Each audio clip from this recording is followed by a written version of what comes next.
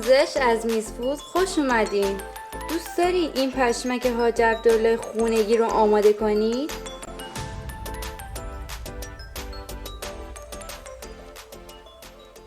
پس با من فاطمه سلطانی در چنل میس فود همراه باشید.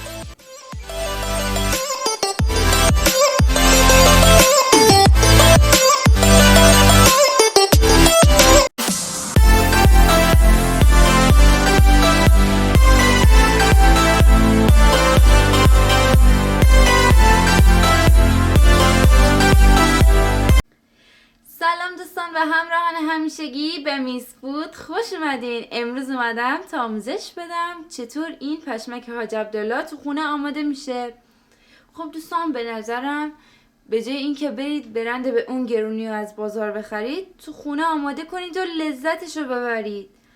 خب پشمک حاج عبدالله برای درست کردنش تو خونه احتیاج داریم به 2 لیوان آرد، 2 پیمانه شکر، 1 قاشق غذاخوری آب لیمو و نصف لیوان آب. بریم برای درست کردن این پشمک خوشمزه.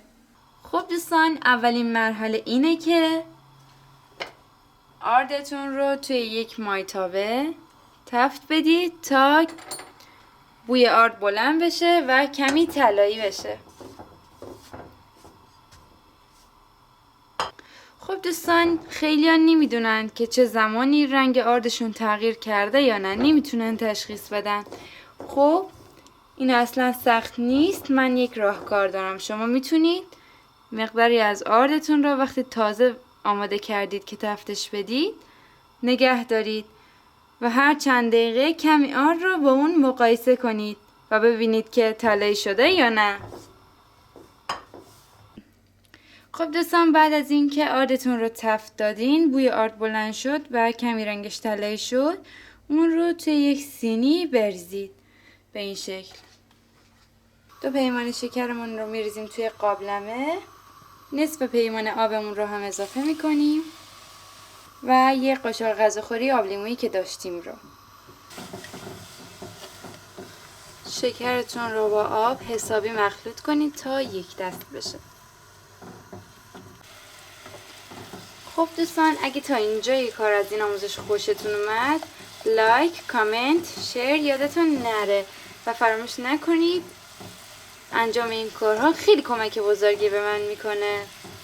و برای اینکه آموزش‌های بیشتری از میس فود ببینید، کانال من رو سابسکرایب کنید و در کانال‌های فارسی هم مشترک شدن رو بزنید و لطف کنید ویدیو رو نگه دارید، این کارها رو انجام بدید و برگردید ادامه ویدیو. خب تا اون ور شهدتون آماده میشه، روی یک ظرفی که نسوز باشه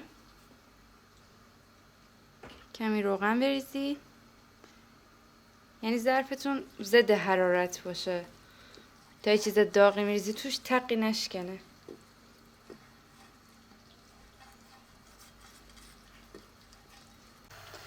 خب این سمت وقتی شهدتون تغییر رنگ داد میتونی زیرشو خاموش کنی.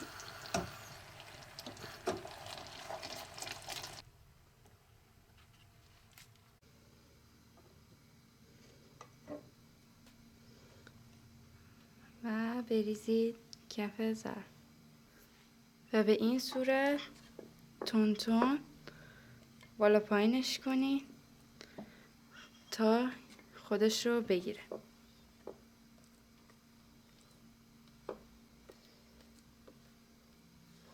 این کار رو باید سریع انجام بدید تا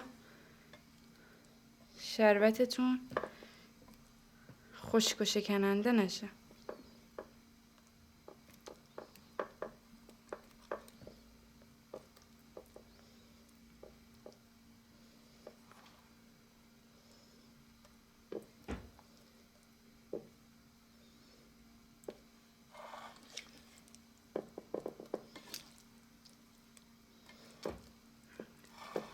این شکلی تون تون جمعش کنید از کف ظرف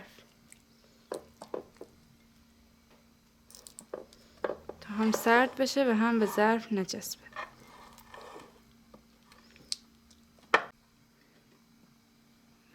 کارم رو با یه قاشق که چربش کرده بودم ادامه میدم.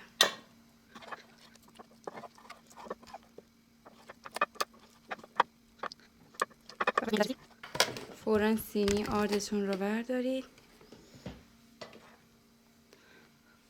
وسطش جا خالی کنید و اون رو بریزید وسط سینی آرد. خب به این شکل وسطش رو باز کنید، کمی آرد بریزید روش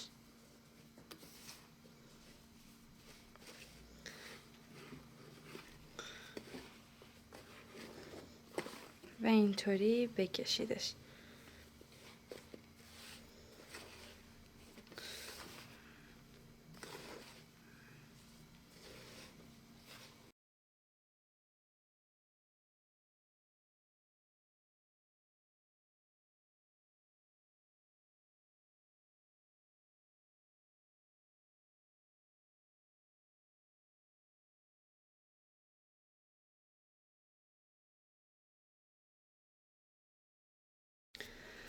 و بعد من از ته این جامای کوچولو استفاده میکنم.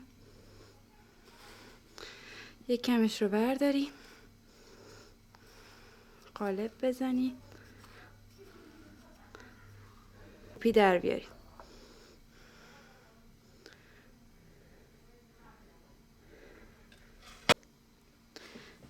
همینطوری تون تون قالب بزنی. خب دوستان، من همشون رو با ته جامی که داشتم قالب زدم.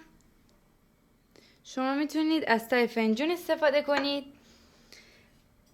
و اینکه میخوام الان اونا رو با پودر پسته تزیین کنم.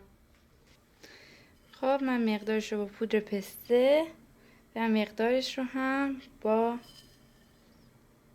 برگ گل محمدی که پودرش کردم تزیین میکنم. و یه چیز جالب دیگه، این پودر پسته هایی که توی شیرینی فروشی ها و اینا میریزن رو کیک، فکر میکنین چقدرشون واقعی باشن؟ درست حد زدین، پودر پسته نیستن. و اینکه شما اگه دوست دارید پودر پسته خونگی رو بدون پسته آماده کنید، در ویدیوهای آینده با من همراه باشید. هفته بعد حتما این آموزش رو براتون آپلود میکنم که چطور بدون پسته پودر پسته آماده کنید. یکی از ترفندهای شیرینی پزیمه، به کسی نگیدا. برای ویدیو هفته بعد آماده باشید. خب دوستان، اگر از آموزش پشمک حاج عبدالله تو خونه لذت بردید، لایک کنید، کامنت بذارید و شیر کنید. و تو کامنت ها بگید دوست دارید چه خوشمزجات دیگه ای رو بهتون آموزش بدم که بتونید کنار چای میل کنید و لذت ببرید. خب و اگر دوست دارید در ویدیوهای آینده با من فاطمه سلطانی در چنل میس فود همراه باشید، چنل رو سابسکرایب کنید و در اینستا میس فود رو فالو داشته باشید. تا آموزش بعد، خدا نگهدار.